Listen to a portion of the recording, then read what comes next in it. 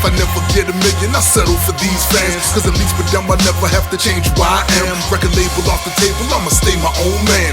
Cause I rock with those that rock with me, fam. If I never get a million, I settle for these fans. Cause at least with them I never have to change who I am. Record label off the table, I'ma stay my own man. Sit and ponder this, you wonder why I'm dominant. The bars you spit incompetent, it makes me wanna vomit quick. I bully all these rappers around me by spitting honest shit. Clean up all the trash you kick and fucker, I mean all of it. You seem to really think that people care about what you rhyme about, but honestly they sitting there just waiting till you close your mouth. Me, I like to rhyme about corruption in its large amount. You spew the type of phony shit that I be talking about. The type of shit you never do or you don't even have. The same type of track that you could hear from nearly every rap. I'm on some other shit and you too dumb to cover it. You say nobody cares, but look, these people loving it. This is a new movement, taking it back to the basics. Where the fans really listen, they can tell that you're faking. And I don't need the mainstream to come co-sign my stuff. Just the people that I'm rocking with is more than enough. I rock with those that rock with me, fam. If I never get a million, I settle for these fans. Cause at least with them I never have to change who I am. Record label off the table, I'ma stay my own man. Cause I rock with those that rock with me, fam. If I never get a million, I settle for these fans. Cause at least with them I never have to change who I am. Record label off the table, I'ma stay my own man. Yo, I honestly swear, if it wasn't for y'all, I promise that I wouldn't be here. I'll be back on the block, shit. Not giving a fuck about rap at all. I keep doing this cause all of y'all accept my flaws. When I was suicidal, my friends neglected me. I dropped in and listened and all of y'all respected me. People that I didn't know started to check for me. Y'all were the spice that was missing in my recipe. Damn. Y'all the reason that I don't give up. The reason I raise my middle fingers up when I'm stuck. Y'all built me up when I was going bogus. Got messages that my music help you stay focused. That's when I noticed after an album and a few verses later that my fans were the features in my contents make up. That's why we're here to shake up all the clowns that the greatest. To comprehend the sound, you need a herb translator. I fuck with those that fuck with me, fam. Since I got a following, I don't have to sell grams. I got myself together, developed a new plan. Rap made me who I am. I have to thank my fans. I fuck with those that fuck with me, fam. Since I got a following, I don't have to sell grams. Got myself together, developed a new plan. Y'all made me who I am. I have to thank my fans, yo.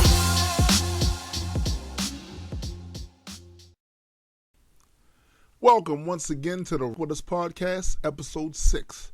I am Tombstone the Deadman, artist, owner of Land of the Dead Entertainment, Chief House Rocker, the Lord of Entropy, and All-Father, ruler of all pantheons. Here with my co-host. Please introduce yourself. My name is Adekwit. Some of you guys know me as AK. I am the owner and CEO of There It Is Entertainment. I am the There It Is Academy teacher. I'm a Rapthematics. Shouts to all my Rapthematics out there that's been supporting the podcast. And thanks for joining us. And I'm just happy that we're actually in the midpoint of the year, and this is the 6th damn episode. 6 episodes. That's actually pretty damn good. It is. Yeah, that's pretty damn good. As time goes on, I'm sure we will pick up the frequency of it and have more. But for now, I'm pretty satisfied. Yeah, me too. I think we're doing a good job keeping it consistent. And also, I would like to apologize for us not putting out the podcast last Wednesday. But we had a lot of things that we were both going through that inherently made us decide to wait till this week because we have more of a chance to do a quality show and not rush something. So because you guys deserve the best quality possible. So. Exactly. So let's jump into the news segment. Really, we only have one story in the news segment this week. The former now, because she resigned, head of a chapter of the NAACP, Rachel, I think her last name is pronounced Dolezal or whatever. Or dolezal, something like that. Something like that. Apparently, and according to the way the story goes, she had been deceiving people about her ethnic background all those years that she worked at the NAACP. Right. She had been telling people, leading the world to believe that she was African American, when in fact she is not. Her parents were interviewed, and her father said that he doesn't understand why she felt like she had to do that. He pretty much mirrored my take on it. He didn't understand why she felt like she had to do that because she did, and he even said she did good work in that chapter.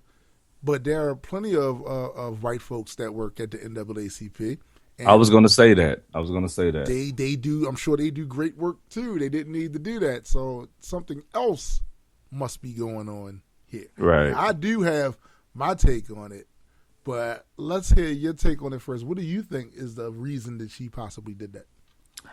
I think for more power within the NAACP. Well, you think that she thinks that if you have a darker hue, you have extra. You're perceived as having the potential you'll have for to extra have more, melanin. Then you'll have a power? big you'll have more power. You have a bigger influence on the group and the group decisions or the chapter's decisions. And I think she tried to use that to her advantage, which I like you said earlier, you know, there are white people in NAACP that's done good work. So I don't understand why she had to hide her original ethnicity, which is Caucasian, in order to, you know, make a difference. And that's what just strikes me as appalling. And a lot of people are giving her the pass just because of the good work she's done. But at the end of the day, you know, a lie's a lie. You know, you can't. You could serve me shit and say that it's fucking Grey Poupon, but it's still going to be shit at the end of the day. Well, you know what I mean? The thing is, like, I'm telling you, the reason why I think a lot of Americans that are talking about this are conflicted and have these various different opinions or whatever about this is because this whole race thing is something that this country has never dealt with well. Right, it's very sensitive still today. It's never been dealt with well, and it's like it's a holdover because the fact of the matter is, you know, biologically speaking, it really doesn't have much relevance in anything. It's social more than anything else. Right. And because there are legitimate issues wrapped up between class and ethnicity in this country historically, I think this is the reason why it's such a problem for Americans to get a handle on stuff like this and having a viewpoint on it that's progressive because there's so much baggage. But for me, I try to strip things down, you know, take the layers off of it, and I look at it like this. This seemed to me to be a con job because when she sued Howard University saying that it discriminated against her because she was white, so that means she identified with being white up into her college years. So like then she got some black guy to say that was her father. Then she told her biological parents not to blow her cover. So hold on. So she made up a father. Well, she got somebody to pretend to be her father, a black guy. Yeah. So yeah, that's straight up a con job. Like there's nothing. That's what I'm saying. So I'm stripping. Yeah, let's strip all that other baggage. So like I said, Americans don't deal with that well. And for those of you that are listening to us that don't live in this country, you know, I'm hipping you to some, as we say here, some real shit. All right, Americans don't deal with this conversation well. So I'm stripping all those layers off and just saying it as as what it is. It's a con job. It has all the trappings of a con job.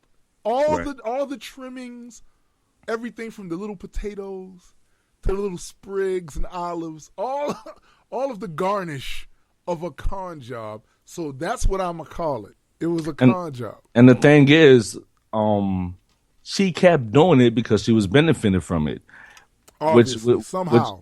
Yeah, somehow she was still she was benefiting from it. I'm not sure if she is anymore, but that's my point. I just don't understand why she even why she had to go that route. Even though, like, because I think like what she did, she took a slap from somebody who could potentially have done better than her. That's actually African American. But see, that's the other thing that really, like I said, that hips me to all this being a con because you didn't have to do that. There are white folks that work in the NAACP and hold high positions who do great work for that organization. You didn't have to do that. So the way I see it, and maybe it's the way I was raised, the type of environment I was raised in, when I smell a con, it smells like a con. And obviously you were benefiting from it from some way, shape, or form. That's why you did it. Exactly. And people can make all the excuses they want to defend the con job. They can throw all kinds of what I would consider to be red herrings at But this whole thing. But at the end, I just wish they would realize that yes, it's a con job. It was a con. At the end of the day, it's fucked up that she did. It's just like what I said. She potentially took away position from somebody who could have been in her position, and probably who knows, they probably could have done better or done worse. It doesn't matter. But as far as being a black person myself, I already know the lack of opportunities that we have even within our own communities. So I have a group like the NAACP that gives black people this opportunity to, I guess, have a voice and to make a difference. Yes. Yeah, sometimes, because I'm not really a fan of the NAACP myself, but the fact that they have that opportunity for an African American to, I guess, make a change, that somebody took advantage of that, and now that shit was squandered because of their own, I guess, their own what's it called, ulterior motives. Yeah, and I'm gonna tell you the other reason why, the reason I like to strip it down to the bare thing right there, because there's always going to be somebody saying, "Oh, there are plenty of black folks that don't join the NAACP. So you had a person here that did her job well. We should be." But she didn't. That. But she didn't have to lie about her ethnicity. That's my whole point. That's the only thing. She could have done all of that and been celebrated for that. Exactly. You know what it herself. You know what it kind of reminds me of? I'm not to get off topic, but it reminds me of when people found out that Rick Ross was a correctional officer and then he lied about it. Right. Like, my thing is, like, why would you lie about having a job? Like, having a job is not a bad thing. Right. You know what I mean? On, even if it's a correctional officer, because he could have did all the things that he did and still been a correctional officer, because correctional officers, that have. yes, they abuse the system like that. So why lie about it? But either way, I just feel like she kind of did the same thing. Exactly. You lose credibility. And once the lie is found out, I just say that there's people who are sympathizers for her and people who are making excuses for what she did instead of focusing on what she did. They want to focus on the good she did. Okay, it's cool. She probably did good things. I don't know what good things that she's done. Nobody's shown me it or you it. Yeah. But at the end of the day, she lied. So we should hold her accountable for lying, and that's the bottom line at the end of the day. Well, one thing I will say, and this is in almost damn near every endeavor in life, you will find an apologist somewhere for everything. Like all right, for any act that is ever perpetrated, you will probably find at least one apologist that has their mouth already formed to say, "But nah, though." Right. Because let's check, if it was you and I, right? You and I, we lied about something. Let's say, because we're hip hop artists and we promote skepticism and rational thought and atheism. Let's say that one day people actually found out that we're really a leader of a church organization or something like that, or we're actually theists. Right. Will people make an apology for us because we did good music or not? No, I don't believe so. I don't believe so. So why does she get a pass because she did these quote unquote good things, but she lied though? Well, I'll tell you why she gets a pass because Americans don't deal with this conversation well.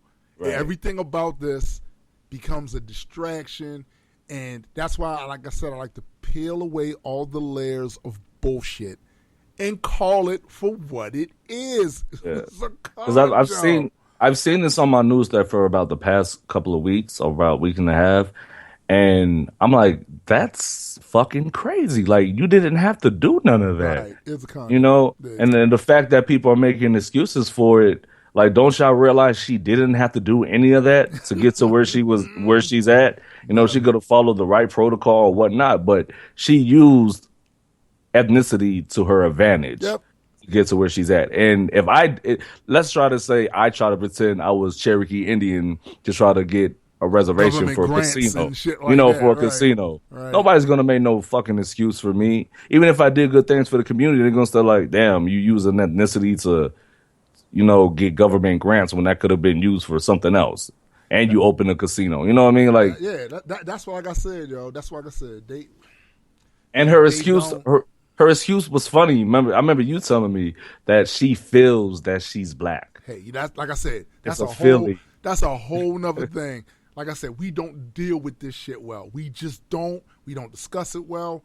Like, we don't. Like, we rather talk about Kim Kardashian's ass or something of that nature than deal with these type of topics. So I guess that's just, it is what it is. Yeah, it is. It is what it is. And if anybody feels offended by anything that we said, I'm not going to apologize for my statements. But if you disagree with anything that we said, drop it in the comments and we can have a conversation about it. We're always open to open dialogue anyway. So let's just, when it comes to these racial issues, I think the best way to attack them and handle them is to be open and honest and actually understand what's going on and stop making excuses for people who do dishonest shit. And at the end of the day, it all boils down to me anyway, that the race thing was just an apparatus. It boils down to a con job. That's, to me, Right. that it just like all that other stuff is a red herring. That was the context for which that was used for the con job, but it was a con job. That's it. The herpetology section. Oh, okay, yeah, Yeah, because there's this. It's kind of old, but I still think it's interesting. And it was discovered in August 13, 2012. It was a Burmese python found in Florida, and I'm gonna read a little bit of the segment. Of the article. It says a double record-setting Burmese python has been found in Florida Everglades at 17 feet 7 inches, 5.3 meters in length. The largest snake of its kind to be found in the state was carrying 87 eggs. Scientists say the finding highlights a dangerously comfortable to the invasive species has become to its new home, because we've been having that problem in Florida for a long time. Right. People, they get these snakes and they get too big and they let them out in the wild. And the fact that they found this snake and it had a record breaking of 87 eggs. right. That's a lot of goddamn pythons. Well, let me ask you this: what snakes are native to that area? I believe coral snakes, gardener snakes. That's all I could think of. Oh, rattlesnakes. Those are the only ones I could think of that are native. So- But Burmese pythons, they're not, because in Florida people collect a lot of exotic animals. Right. But when they get too big or they become like overwhelming to take care of, they let them out in the wild, and that also affects the ecosystem. So let me ask you this: do you think that Burmese python was masking themselves off to be a coral snake? Probably. Who knows? I think that was a con job. I think a 17-foot coral snake, right? Yeah. Because coral snakes don't really get that big. I think the most they get is probably about 5 feet, but they don't really get that big. Well, not even 5 feet, not even. But it's just crazy that it had 87 eggs, and I think the other record was 85, and it beat that by just 2 eggs. But another thing that I want to emphasize is with anyone who's into herpetology and you're owning your pets or any pet that you have, even if it's not reptiles, just remember, like, that's a lifelong commitment that you're making. Right. And if you're not willing to make that commitment, then don't keep that animal. Because I have a cat and I have a crested gecko, and as much as my cat gets on my nerves and I want to throw her out the house, I don't, because I made that choice to take care of her, and I made the choice to, want to take care of it. And the problem with this is these Burmese pythons, they rarely attack people, but, they attack people's pets yeah. and sometimes small children. Right. And there's even people who collect exotic pets that are poisonous. Well, not poisonous, venomous. And that also affects the ecosystem too. So people need to be aware of these type of things. And I just thought that would be a cool little subject to talk about as far as herpetology. So we can go pay some bills now. All right. Well, we're about to go pay some bills, and we will be back on the other end. Peace. Peace. Welcome, everybody, to the Reaper Nation Network. Inside this Reaperverse, we are populated by the biggest geeks ever. And what do we geek out on? Comic books, video games, science and technology, cosplay, in short, everything a self-respecting geek loves and adores. I want to welcome you all here. Enjoy your stay, and please, geek responsibly. Peace, Reapers. And we're back. We're going to get into this gaming segment. And I know Toom wanted to talk about some recruiting for a certain game, so let's get into that. Okay, so everybody that has been following me on my social media network, Instagram, Facebook, whatever, they've seen me post pictures of the DC Universe online game, pictures of my character, pictures of me playing with other people like Graydon Square and Seagads and a few others. Well, we started a league called the G Universe League. Now, the thing about the DCU Online, it's a great game. It's free to play. But the thing about it that makes it even better is if there's teams. Like, you have a league, like a group of people that play often to help each other level up, get new gear, add prestige points to the league so that we can purchase a league headquarters and be just like the damn Justice League on the cartoon. Like, yeah. That's our main goal. So, but I think that's the best part about DC Universe. When you play with other people, you level up so damn fast. You level up fast. Now, there are ways to level up fast on your own. But the main reason that you really want a team is because even when by the time you get to level 30, it's a complete different game.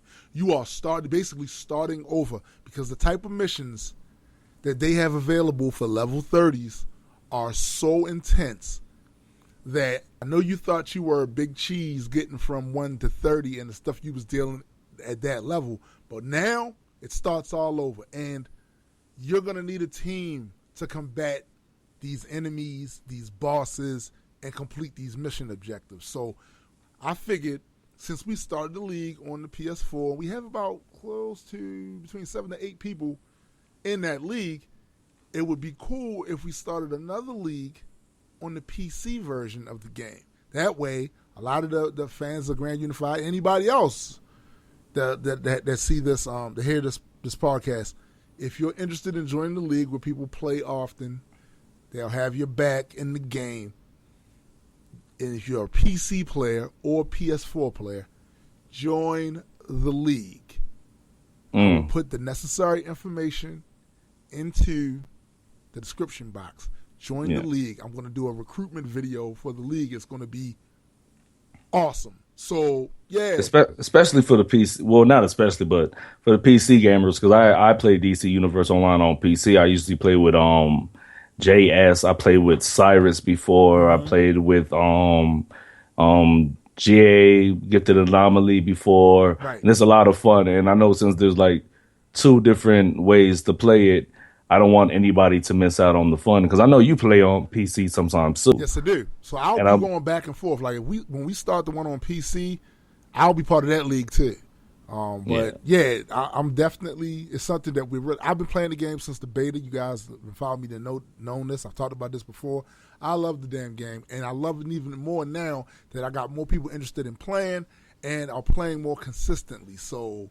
Yeah, let's get that started. Let's rock that. And it doesn't have to stop with DCU because there are a lot of MMOs online, a lot of MMOs coming out. This league thing can move from that to this. To other games, games. There's also a game called Warframe that you could do the same thing, start a league that me and JS play every now and then. So maybe we could start a league with that on PC too. Exactly, like that, the new Elder Scrolls thing, like all of that. We can do all of that. So just, something to think about. If you're interested, I will have contact information. The possibilities are infinite. Yes, they are. That said, on to more recent news in the gaming world. E3. For people who don't know what E3 is, how about you explain that to them? E3 is the Electronics Expo that they do every year, and it's just gaming. Like, it's Christmas for gamers. Awesome. Like, because they reveal all the new games that they have coming out, any new consoles, anything that has to do with gaming in general, and that's going to be up and coming, something that they're working on, they're going to put out within the next year at least. You'll see all of that at this show. And I want to give props to YouTube for covering it the way they've covered it because, it's convenient for me because You guys can't see it, but in my little area, my little studio area, I have like 1, 2, 3, 4, 5 monitors. One of those monitors is a tablet I have hooked up to a tablet holder that's connected to my desk. So I can just sit there and have that on the E3 while I'm doing my other work. And it's been a great experience. I've seen so many games that I'm really trying to get my greasy little paws on. Doom. They're redoing Oh, Doom. yeah, you told me that. They're going, because I remember I used to play that for PC when I was like 9, 10 years old. That shit was bomb as hell. Fallout, the new Fallout 4. Sweet. We have Fallout 3. And a lot of people play Fallout 3 New Vegas. Fallout is a cool game. It's hard to master because there's a lot that you could do on it. You know what I mean? And if you play it on PC, like you can mod it and whatever. But Fallout is a pretty dope game. It's Bethesda. They're the same people who made games like Skyrim. What's the other one? Dishonored and shit like that. Yep. So Bethesda is notorious for making games with glitches and bugs and all of that, but they still are entertaining. Yeah. And I got to the point where I started to think they're doing that shit on purpose. But whatever the case may be, I'm looking forward to Fallout. They had, what was the other one I saw the other day? It's a new Tomb Raider that's coming out that looks completely awesome. So Laura Croft's back kicking ass again. Laura Croft's back. They got another Rainbow Six. Coming out, another Ghost Recon. Like, honestly, and it's still like it's right now. It's still going on. If you check your YouTube, the YouTube link up in the corner, you'll see right next to it. You'll see E3. Just click on that. Nice. And get to see some of the footage. But I think I just had a gamegasm, dude, just now. I've been having so many gamegasms over the last couple of days that I think that I'm completely drained. But oh man, even with that, it's still like it's gamer heaven watching that stuff. Right. So definitely go and check that out. Catch it before it's gone. But even though the footage will be on YouTube forever, you know what I'm saying. But still, you want to see it live. If you're a geek like me, you want to see it live. So you see, and the funny thing about you posting that link when you said E3, I didn't know what you were talking about until you explained it to me the other day later on. So I clicked on the link. And what came up was the Nintendo 2015 Championships. Mm-hmm. And that was freaking awesome. Like, it was really fucking awesome. Like, they were playing all the, like, what they were, it was just a championship game for all the Nintendo heads and all that that's been back there and that's been into Nintendo since back in the day, you know. And what they do, I think it starts with about, 18 people, because I got there. I started watching. I watched the last hour and a half of it, and they were doing like old games. There was this one game called Balloon Rush or something like that. I'm not sure if you played it before, but they make them play like the older games too to see who could get the best score. They did Super Mario Kart. You know, they had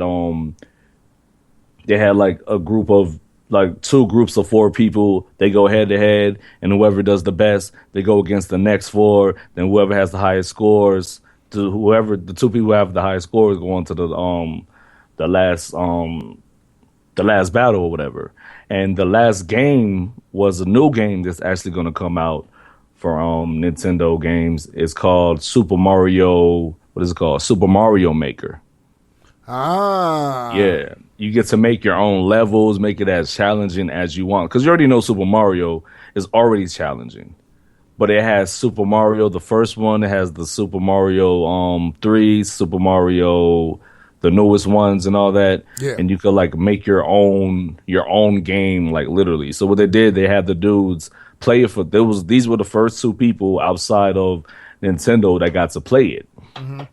So they were trying to see who could get to the end and who would get the best time. Nice. And I think the I forgot the dude that won. I think his name is John Summers or something. Mm-hmm. He murdered that shit. Like, it was him and this other dude named Cosmo, but he murdered that shit. And the maker of Nintendo, what's his name? Something Mayoshu or something like that. I can never pronounce that name. Let me see. The maker of Nintendo. But yeah, he was out there and he was like congratulating them and everything. And he was talking more about the like he says, like, you know, he loves playing games, and Nintendo's been out for like 30 years. Yeah, you know, I think it's their third for a long time. Yes, I think it's their 30th year anniversary. His name's Shigeru Miyamoto. See, that's why I didn't try to do it. Yeah, so I probably flubbed the name, but yeah, he was out there too. Congratulated him. He was just saying the reason he's like, I love gaming and I love making games, and I wanted to, you know, give you guys that back so you guys could be able to make your own Super Mario game the way that you would want it to be played. You know what I mean? Right. I'm like, that's really freaking cool. Like, you know how they have the boxes with the question marks, and that's usually something good. You know, you get a power up point, or you get to shoot the fire flowers or whatever. Right. You can hit that shit and an enemy comes out.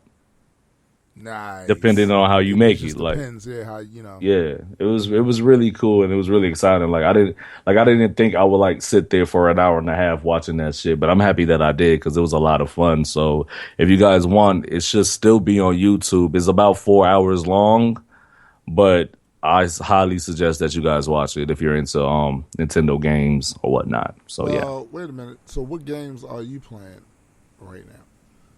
I've been playing a lot of DBZ, Budokai 3, Injustice, Gods Among Us, Far Cry 2, and Mortal Kombat 9. That's what I've been playing a lot lately. Oh, and NBA 2K14, because I just can't stick on just one game. I just have to play everything just to get better at it and whatnot. But Mortal Kombat 9, I get my ass whooped. But DBZ, Budokai 3, if there's any DBZ, Budokai 3 players, and you're in the Victorville, California area, hit me up. I got to smash. What system, though? PS3. It doesn't matter what system. I'm going to smash that ass, and it's going to be a wrap. Okay. It's going to be a wrap. So I'm calling out anybody who plays it, you're going to get your ass whooped. All right. Sounds good. Good.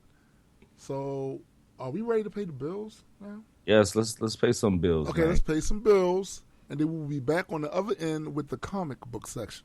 Already. Peace. I want to know, man, to pick up the mic and 1 2 1 2. What in the hell gives you the audacity to think that you could do what we do, man? You know, it ain't just about spitting words out of your mouth. Know what I'm talking about?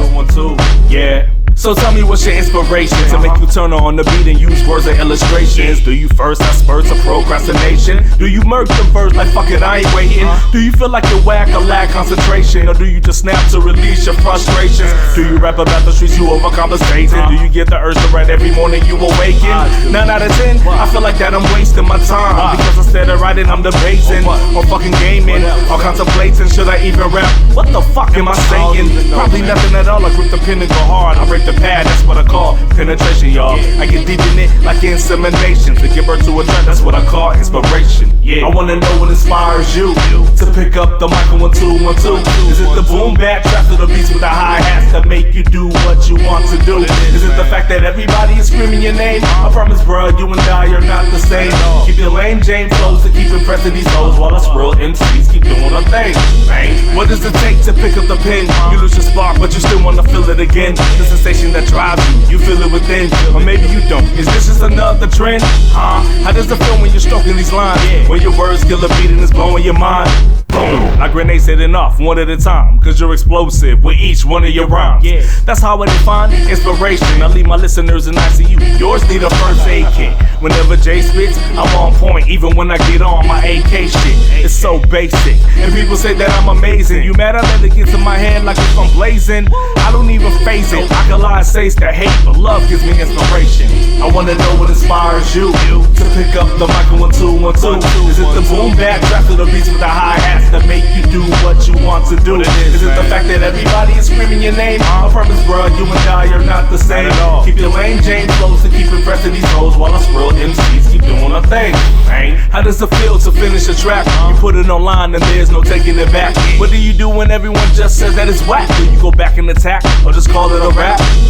I wanna know what you're rapping about. Do you think twice about the rhymes that come at your mouth? Do you scream and you shout? Do you cry and you pout? Is hip-hop something that you can't live without? Man, that's what I feel inspiration's about. Your passion lifting you up when things go south, where your thoughts are always dark and filled with doubt. When you try to speak your mind and nothing comes out, it's like the last thread that holds together a shirt that's stitching time to down, so get back to work. I wrote this track to be motivated, to get you off your ass and get some inspiration. I wanna know what inspires you to pick up the mic 1 2 1 2. Is it the boom bap trap to the beats with the hi-hats that make you do what you want to do? Is it the fact that everybody is screaming your name? I promise, bruh, you and I are not the same. Keep your lame Jane flows and keep impressing these flows while us real MCs keep doing our thing. Bang. I wanna know what inspires you to pick up the mic 1 2 1 2. Is it the boom bap trap to the beats with the hi-hats that make you do what you want to do? Is it the fact that everybody is screaming your name? I promise, bruh, you and I are not the same. Keep your lame Jane flows and keep impressing these hoes while us real MCs keep doing our thing. Bang. I wanna know what inspires you. I wanna know what inspires you. I wanna know what inspires you to pick up the mic 1 2 1 2. I wanna know what inspires you. I wanna know what inspires you. I wanna know what inspires you to pick up the mic 1 2 1 2. Y'all can't do what we do, man. Pound GU, educate us. Know what I'm talking about? Now we out. Peace. And we're back. Oh yeah. And this is, of course, one of my favorite segments, the comic book segment. And first, let me just tell you the books that I've been reading fairly recently. Of course, the Secret Wars, Battle World story arc that is still going on, and it is awesome. Like, it's awesome. I've read probably every last one of those titles, so I'm current now, and I haven't been disappointed by any of them. So kudos to Marvel for putting together another summer blockbuster as far as comic book mini title releases or whatever. Like, it's a good story, but they ain't the only ones I've been reading. What else you been reading? Okay, so earlier I was reading Thanos versus the Hulk. This is a 4-book miniseries. Ooh. And in this miniseries, Annihilus, for those who don't know who Annihilus is, he's a conqueror from another dimension called the Negative Zone. He's been in Marvel Universe for years. And I think he was introduced in the Fantastic Four series or whatever. But whatever the case is, he got a serious power up. Absorbed a lot of the energy from the Hulk, proceeded to whip the Hulk's ass. And then in the newest book by Jim Starlin, the legendary Jim Starlin, The Infinity Relativity, he has taken this power and his new army, crossed across the Negative Zone into the regular Marvel Universe, what they call the Posiverse, and started an invasion. And he's kicking so much ass. So that, I actually did a video. I was supposed to release a video about the actual book, which I'll do later. But needless to say, if you are a fan of Thanos, the Guardians of the Galaxy, Adam Warlock, if you're a fan of those characters in the cosmic side of Marvel, you will definitely love what Jim Starlin did with this book. It's a great book. You sound excited. Yo, it's really good, and I can't wait to see what they do as a result of the things that happen at the end of this book. I can't wait to see how this works, how this goes. And like I said, I'm not giving any spoilers because that sucks, and I hate when somebody spoils the story for me. I'm just saying that I think it's something that you guys would like, and you should go ahead and read that. Yeah. I think I'm gonna have to get into some of that too. Actually, I need to get into Convergence because I know you've already sent that to me, but I haven't had a chance to get into it yet. Well, I don't want to deflate any enthusiasm you might have for the series, but I'm just gonna state my opinion. I don't think Convergence was all that good collectively. I don't think it was all that good. I mean, maybe I'm spoiled after reading Secret Wars and how well they're doing. Well, no, with that. well, that's what I meant. I meant Secret Wars because I know you sent me that too. That's the one I really want to get into. Yeah, you got There's to there's catch up with actually that. there's actually a few comics you sent me that I haven't cracked open yet. Like I've downloaded them and everything, but I haven't cracked them open yet. That I need to, and I also need to get back into my Spawn comics. It's just time and being busy and everything. But shoot. I'm excited. I'm excited for the comic book world because there's a lot of good things going on right now. Like to be a comic geek right now in 2015 is a great thing to be. It's our time. You guys had your time with your little punk ass romantic movies, with your little corny ass action flicks, with your non-scary horror films. You had your time. You had your time. Now it's our time. Now it's time for capes. Now it's time for superpowers. Now it's time for origins. Now it's time for movies that connect with other movies the exact same way they do in comic books.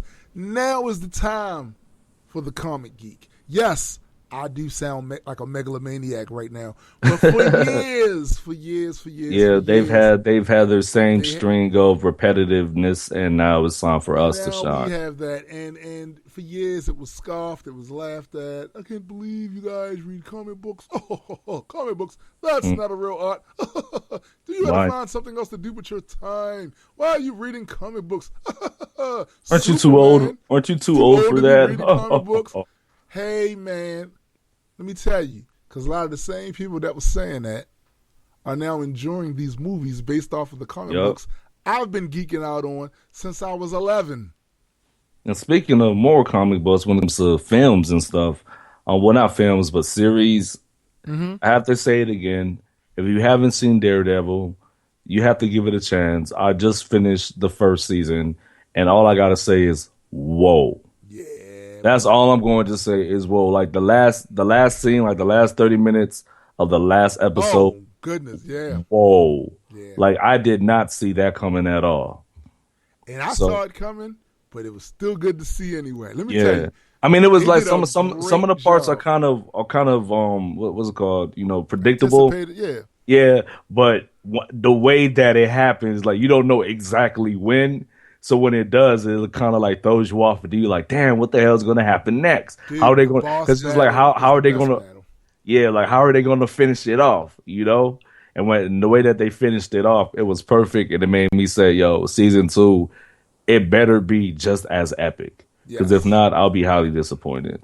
Oh, also one thing I wanted to do, and even though it's not really on the schedule, but I wanted to give a shout out to Disney XD because I was not all that enamored with the Avengers changing. The way they changed over the series, they changed over the artwork, the tone, and all that. Originally, I was not happy with that because and to this day, I still think that the original way that they had the Avengers on there was a throwback to all the things that I loved about animation and superhero-themed animation.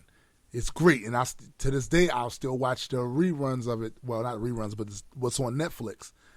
But they have definitely made a believer out of me with that series because it has some really cool episodes. I appreciate the humor that they bring to it, especially the adversarial brother-type relationship between Thor and the Hulk, about how they're always competing, like Hawkeye being the nuisance that he is, even in the comic books, like the representation, the way they represented Thanos. Like I really appreciated the fact that they did that well because I was one of those type of people that really wasn't that confident that Disney would understand what they could put their hands on as far as the Marvel's universe and what they shouldn't. Because I just knew we was going to see Mickey Mouse with adamantium claws talking about I'm a superhero now. And what I can do, bub. Like I just knew that was coming. But they have so far. I mean, don't get me wrong. They've made some incursions into it and made certain things kind of cutesy. But I guess that was to be expected. But as long as you keep the badassery for me, I'm good with it. I'm good with it. So kudos, Disney XD. Keep up the good work. Don't flake out on me now. Give me more Avengers crap. Yes. So what we gonna do? Pay some bills? Yeah, it's time to pay some bills. Let's do that. And we will be back Alrighty. after these messages. Holla.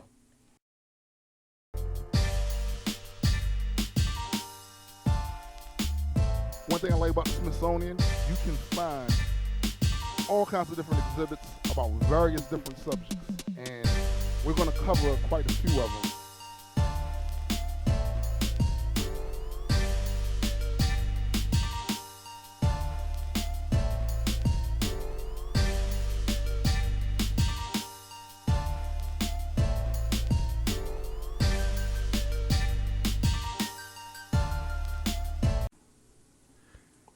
We're back again, and this time it's the new tech segment. Oh yeah, and not Tech 9. No, not tech, even though I'm sure he has some new stuff out that you might want to go cop. But Yeah. I'm talking about the new technology, man. The new technology stuff, some stuff that is not new, but has new developments to it. I'll put it to you like that. And of course, one of the main things that I've been harping on now for over a year, the Oculus Rift. We know that. They announced recently that the release date. And let's get them the release date. First quarter 2016. Nice. Extremely dope. Confirmed, as a matter of fact, with an Xbox One controller. Oh my goodness. Yeah, Windows 10 support. And just games galore, I suppose. But the price is what really impressed me because I saw a bunch of naysayers. I did a video a little while ago talking about virtual reality, augmented reality, whatever you want to call it. I did a video about it, and I saw some naysayers saying that it's going to be too expensive. Well, I got to be honest. The price they gave, at least to me, isn't too expensive. It's $350. And 400 pounds in euros, so that's not bad at all. I mean, not for me. I'm saying what I'm saying is if you'll buy a console when it first comes out for about $300, $400, right, like, why wouldn't you get this? You know, like so I'm pretty psyched and excited about that it's about to come out soon because I believe, just my belief right now, and I'm hoping I'm right. If I'm wrong, I will admit it, that this will start a new era. Oh, it's going to. In more than just gaming, but of course in gaming. Right. It will start a new era. And it's something that, by me experiencing the Gear VR for a while, I've had it since last year, like, I'm pumped for it. I like what I saw. And that's really the Gear VR. I would consider that, in comparison to this stuff, baby technology. Right. It's and not I know even near where Oculus or the what's the other one? The HTC Valve. It's not even near that. And I know Graydon Square is geeked about this. Man, he's the one that put me onto it in the first place. Like, he's the one that alerted me to that there was something called the Oculus Rift. Yeah. Because I remember seeing videos of old ladies on roller coasters and shit, bugging out like how dope it was and shit. Right. Like, that's dope. Right. It's after, like I said, after experiencing Gear VR, I'm definitely pumped to see what the more advanced, the more powerful headsets can do. And you know who I want to see play that game? We'll play the Oculus Rift. Who? You ever seen the granny that plays Grand Theft Auto 5? Yeah, that would be hilarious. I want to see her on the Oculus. She will bug out. She will love it. That would be hilarious. Yes, it would. That would be absolutely freaking hilarious. But it's just, it's just like what you always say. People say, oh, they can't do it. They can never make it happen. It'll never catch on. Oh, it's going to catch on. I'm pretty sure people thought the same thing about consoles. They would never catch on. Now it's in everybody's house. Years ago, when they came out with Pong, my stepfather had that. I'm sure there were people saying, what are you doing? It's a waste of time. You're wasting your time. It'll never work. It'll never work. Yeah. But it's like what you always say. We drag people along, kicking and screaming, and it becomes the norm. It becomes the norm. So I think, like, don't get me wrong. I am perfectly I accept the fact that I could be completely and totally off base, and that it doesn't catch on, and that it becomes a footnote. It becomes the pet rock of the of the. But of even the if it does, I bet they come out with something better that does catch on. Well, see, that's the thing. I think that whatever they learned from this technology, they will use that for something else further down the line. So it's still a win. And I got to say, this is not what people thought VR was supposed to be years ago with that bullshit that they brought out that they tried to say. Nintendo did that, I believe. Right. It was either Nintendo or was it Sega? It was one of them. I think it was Nintendo, though. I think it was. It's not that. It's way more advanced than that. So when you see it, they'll love it. But you know what got me into VR? I'm not sure if you guys have a Dave and Buster's in your area. Yeah, we do. So Dave and Buster's, like everyone that I've been to, they always have this game where it's VR. You know, you have the headset, then they have this like little ring around it where so you don't go outside of the footing or whatever.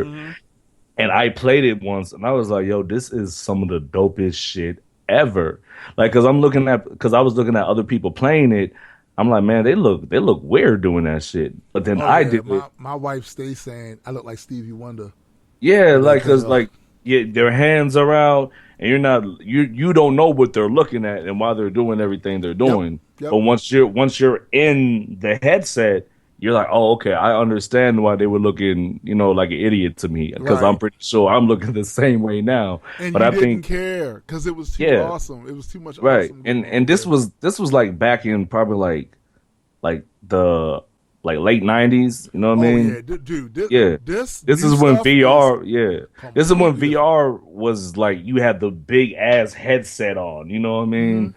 And that's like I was like, damn, that's cool. They could make that, for everybody to have at home. That'll be freaking awesome. And now that is finally happening. All the naysayers are coming out. It's not going to catch on. It's not going to work. But I have faith in technology that I think people who are enthusiastic about gaming and VR, they will catch on, and then they will let other people catch on because they probably have friends who don't know nothing about it. They'll be like, oh, check this out. I got an Oculus Rift. What the hell is that? Check this out. Then they put it on like, oh, this is fucking awesome. I want one too. Well, like I said, we shall see.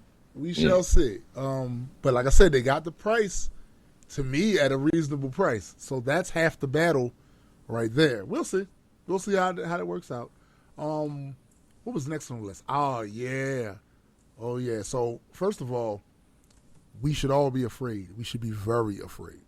Very afraid. Because these wacky scientists have created this 3D printer that was kind of inspired by Terminator 2.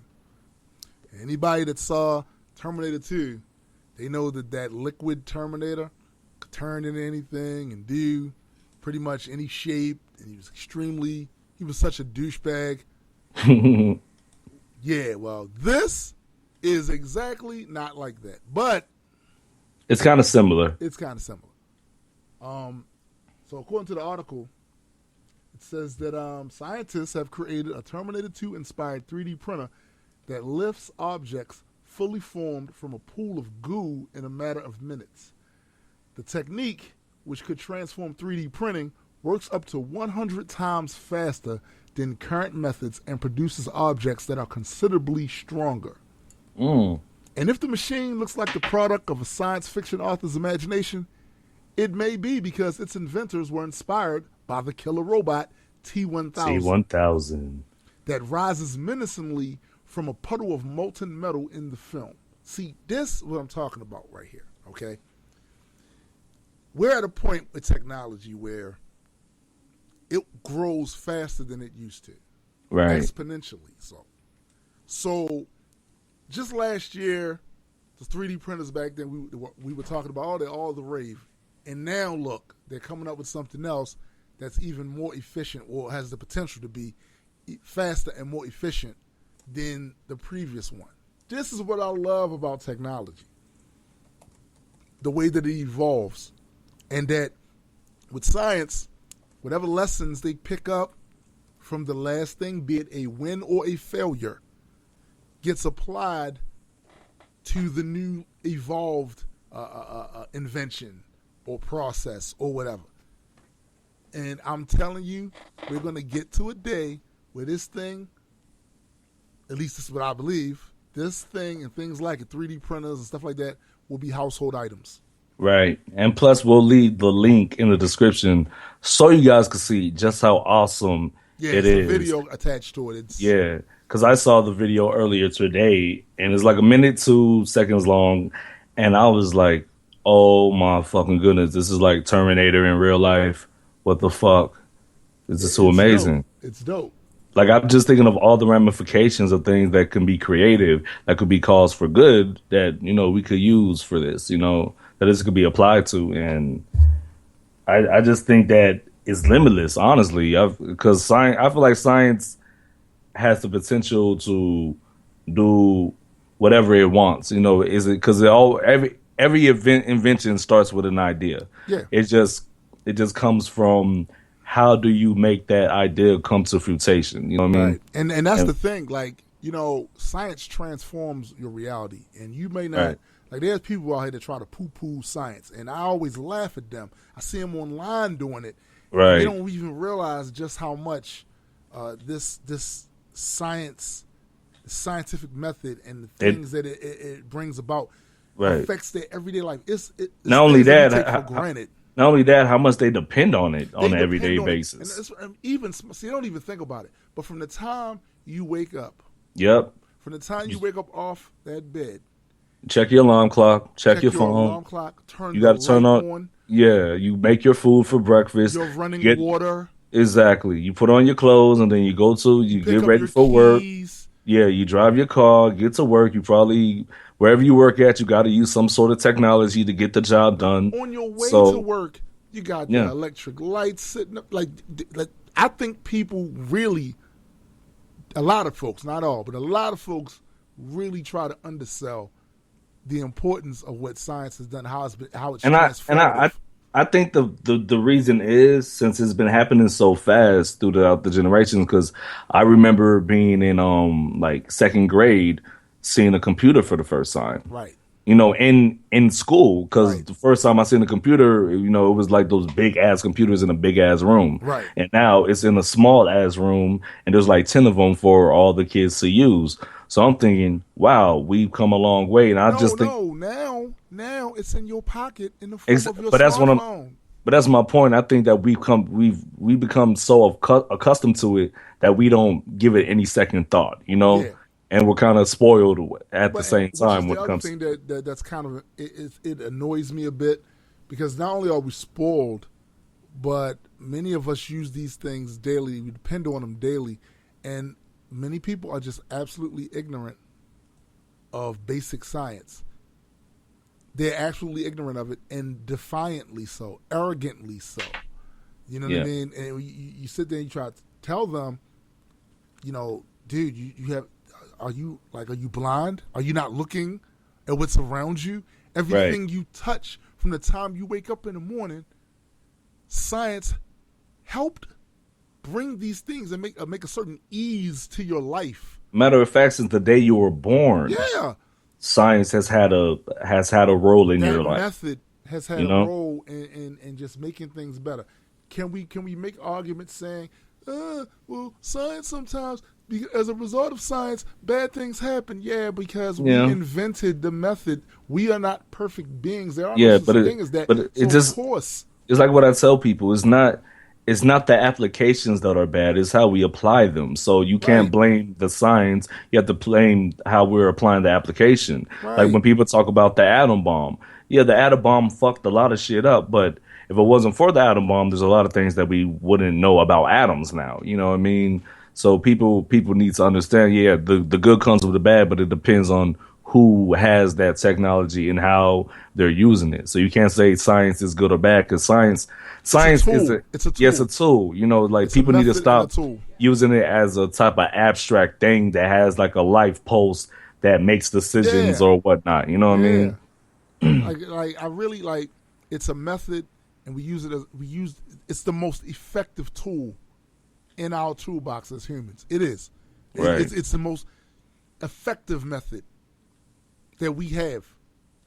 And that's the reason that we promote it the way we do. That's the reason why we do everything that we can do to expose more people to it and to show them the side of it that a lot of them they either don't choose to look at it or they were taught not to think of it in that way. But whatever the case was, that's why we go out of our way to promote it, talk about it, write songs about it, all of that. Because if it weren't for science, we wouldn't be able to do the things that we're doing. Dude, I think that's another reason why, now that we glorify science, but we have a love and a respect for it, and we know that it affects our everyday lives. Even people who might not have a computer at home, you still have technology within your home that affects your everyday life that you probably take for granted. Man, let me tell you, even right now, us even being able to do this show is a direct result of science and technology. Exactly. So, yeah, man, it's something that I'm definitely high on. I'm high on that shit. I like to see it. I like the progress of it. I like how transformative it is. And I like the new discoveries, and I also like when people say, like when people downplay it and they're proven wrong. That makes me feel so fucking great. Like when it's proven that it works and it's beneficial to us as a human race, but I mean, for the better. At a certain point, though, if someone doesn't get that by now, you are truly a lost cause. If you don't see, you can't. If you're an adult and you're still bashing and you're against science and not for it, then honestly, I just think you're ungrateful. That's what I think. Because these are people that spend their whole lives creating things that could possibly make the world a better place. Right. Or possibly make it a horrible place. Because we are humans and that's what we do. And that's what I'm saying. We're like inherently inconsistent. It's always about, it's not the application, it's how the application is used. And that's what until people understand that, we're still going to have people who are anti-science. That's how it's always going to be. That's how it is, man. So I think it's time to pay some bills again. Mm-hmm. Let's do that. And we will get back to you guys on the other end. Holla. Holla. Hey Love Buds, this is Ayetta, and I'm here with a For the Love of Bubbles review. Today I'm going to tell you about Wildwood Soapworks. Wildwood Soapworks makes about 60 different varieties of goat milk soap, and they get their goat milk from their own Wildwood farms. They also offer a full line of bath and body products, including products for men and for pets. We are back again. The final segment of the Rock With Us podcast. Asking Andy. Exactly. This week on Asking Andy, I wanted to talk to you guys about something I put together and the reasons for why I started it. The Reaper Nation Network. It's something that I've been working on, I would say, for going on at least half a year. Getting the proper equipment, conceptualizing the content, and basically what it is, it's a YouTube channel, but it's more than just that. I'm trying to run the thing almost exactly, with a few differences, as a television network to a degree. Right. And let me tell you the reason I decided to do this, because those of you that have been following me for a while, I'm a musician. I've done like 5 albums and stuff, and that's great. But there's so much more content that I want to bring people that the music alone it really isn't enough. It really isn't enough. So I wanted my own network sort of thing where we have content that centers around the things that I'm interested in, and hopefully a lot of other people are too. Gaming, comic books, science and technology. This sort of thing, this geek culture. And another reason I put it together, I think, just from my experience being an indie artist, that it's important to build a culture around what you do. It's real important to do that because it adds a layer of context to your music. And in this day and time, because there's a 24-hour news cycle, There's 24-hour entertainment all the time, something Right. to occupy people's mind all the time. As an artist in today's paradigm, you should have more than just that one thing you do. That's just my personal opinion, especially if you're the type of artist that has taken advantage of this internet culture that has sprung up over the years. You should definitely have something that people are constantly, at least at some point or another, thinking about you, thinking about your product, thinking about your content, thinking about the things that you're into and how they relate to it. This is something that I, just from my experience, think that is important, because if you're only dropping content when you drop an album, you're only relevant when you drop your album. What about all the times in between that? Right. What Do about you all have that, you know? do you have people anticipating you, or like what I see, what I like about Reaper Nation Network and just the things that you do in general as far as your brand, and also what I like about mine also, it gives people another side of us outside of the music. And it lets them know why we rap about what we rap about, you know. And plus, it also shows them that we have a life outside of Facebook and social media, and we just want to. I feel like it makes the fans interact with us in another way, you know. Like, oh damn, I didn't know you like this. Oh, I didn't know like that you like beautiful scenery and stuff like that. Exactly. It lets them know that, you know, you're just not sitting on a computer waiting for fans to buy your music. Like, you're out there trying to, like, we're trying to bring you into our lives, you know, show you what we're doing, you know what I mean? That's exactly it. Because I want what I wanted to really do also was, like you said, find another way to interact with my fan base, because I interact with them fairly often online. You know, a lot of them have become close friends of mine. We play video games together. We talk trash together. I learn stuff from them. Hopefully, they learn something from me. And it's like a give and take thing.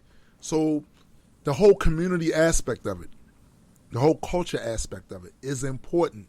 And as an artist, if you're an independent artist, you don't have to do exactly what I'm doing. Some people can't. But you need to find a way to have some content that they're constantly vibing off of, other than just waiting for your next album to come out. Right. And I notice a lot of indies, they fall short in that, where it's just like they expect these people to just dig in their pockets every time they bring out an album, but there's so much to grab people's attention. Yeah. You know, constantly going on. There's constantly sensory overload. You know what I mean? That you by yourself with your little album once a year or maybe twice a year, it ain't gonna really cut it. Yeah, because in between those times, it's just people sitting there waiting, or people probably not even paying attention or whatever. They're not waiting because it's something that's going to fill that. Nature abhors a vacuum. This is what we know. Nature abhors a vacuum. So if you're not there filling that vacuum, somebody else will.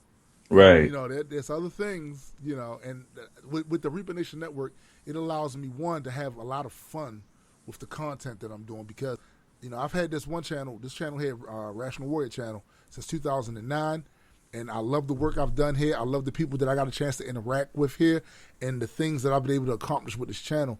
But at the same time, too, I want to do some fun stuff, because I talk about a lot of serious topics on here. And there's a whole world out there, and I'm trying to reach people that will be normally outside of my normal audience. Exactly. Because I really believe that, you know, we can make this education and this science thing fun. It doesn't have to stick up your ass. You know, I think that's the main point. That's why with There It Is Entertainment, I try to make things fun, and I've applied things that I'm into, like herpetology, because I know there's a lot of people in GU that are into reptiles and amphibians, and I like highlighting that and letting them know, you know, it doesn't, like you said, like science doesn't have to be boring. And I don't have to just be an independent artist that's just a rapper. Like, I can show you guys all facets of my life, you know, because I'm pretty sure that people, they can relate to that. Or even if they can't relate to it, they'll be like, damn, that's cool. I didn't know about that before. And I think that's the whole point of the Reaper Nation Network and what we're doing, just period. Because in the future, I plan on contributing to the Reaper Nation Network site. And and YouTube page like I've been doing, and sort of doing what you and your fans have been doing, going to local sites and highlighting them and whatnot. Because I think, like, when you came up with the idea to do it, I was like, yo, that's a really, really dope idea. And I live in Victorville, and there's really not much out here, but there's certain places out here that I actually enjoy being at that I want to highlight and show people.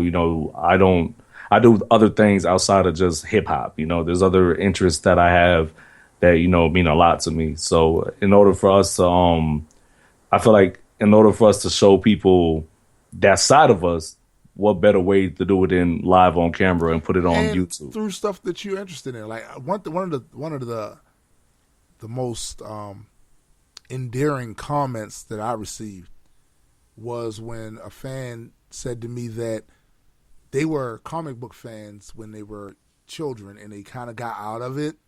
Yeah. And by seeing me talk about it all the time and post pictures about it and things of this nature, and just make it just a part of my overall brand and online presentation, they've gotten back into it. And more so than that, their kid is into it now, so it helps them connect to the kid on another level. And to me, that's really what it's all about for me. I want as much fun as I'm having producing this content, talking about the comic books, the video games, going out to do some on-location video shoots at museums and different places of interest like that. As much fun as I'm having doing that, I want to kind of inject that fun back into the culture that I'm building. So that, we can all experience this at the same time or near close to the same time. And there's value in it. I believe anyway, there's value in it. So that's what I've been doing. And I will leave a link in the description box to the Reaper Nation Network channel. You guys can check out the content. It's still new. I still have things to do. I'm still building it. It's me, my brother Napalm were introduced on the channel, and my daughter even has a show on it. And I have other people that are part of this that haven't yet produced their content yet, but it's going to continue to grow. Have new hosts. I have the There It Is Entertainment crew submitting content, because we linking the companies up that way through the online content, because he can handle things out on the West Coast.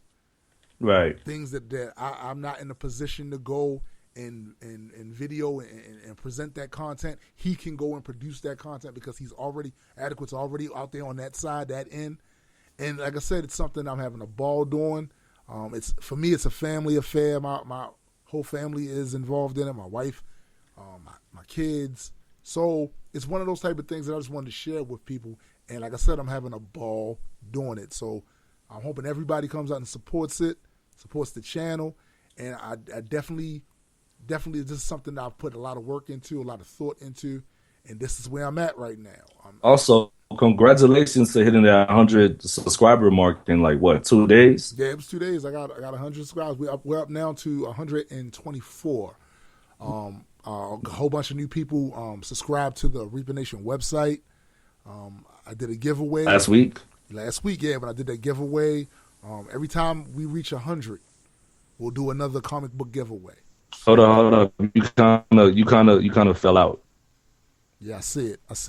It dropped out real quick. What about now? Is it back? Yeah. You're back now. Okay. I did a comic book giveaway, and every time we reach 100 subscribers, we'll do another digital comic book giveaway. It's just a way of giving back to the people that support the channel. So come on over there. And this channel here, I have not abandoned. I will still be releasing content here too. This is just to be another wing of the Reaper Nation Network. Growing, expanding. That's what it's about. Evolving. That's what it's about. Exactly. So I guess on that note, we'll wrap the show up then, right? Yep. Do we have any more plugins we want to do? I think I'm good. I know, just be on the lookout for the 6th Extinction this Halloween, my 6th album. It'll probably be an EP. I still haven't decided yet what I'm going to do. But I'm just recording music right now. Cool. Be on the lookout for new content on my channel. this channel and on the Reba Nation Network channel. And of course, you know, my albums, the links to my albums will be in the description box. Cool. And I have a few plugins. I hate to let you guys down, but the Rapthematics Summer School album will not be coming out this year. The reason being, I don't want to rush it. And I think it would be a really great album if I put it out next year because I want it to be a full album. But that does not mean I'm not going to be putting out music this year. You know, if you guys are familiar with me, I drop an album every December 24th. That's Christmas Eve. And this album that I'm coming out with is going to be called Good Riddance.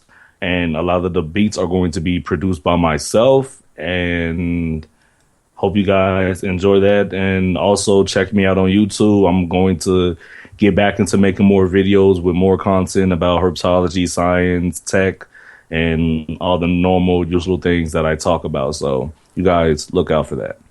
All right. And we'd like to thank everybody that came in to listen to our podcast again for the 6th episode.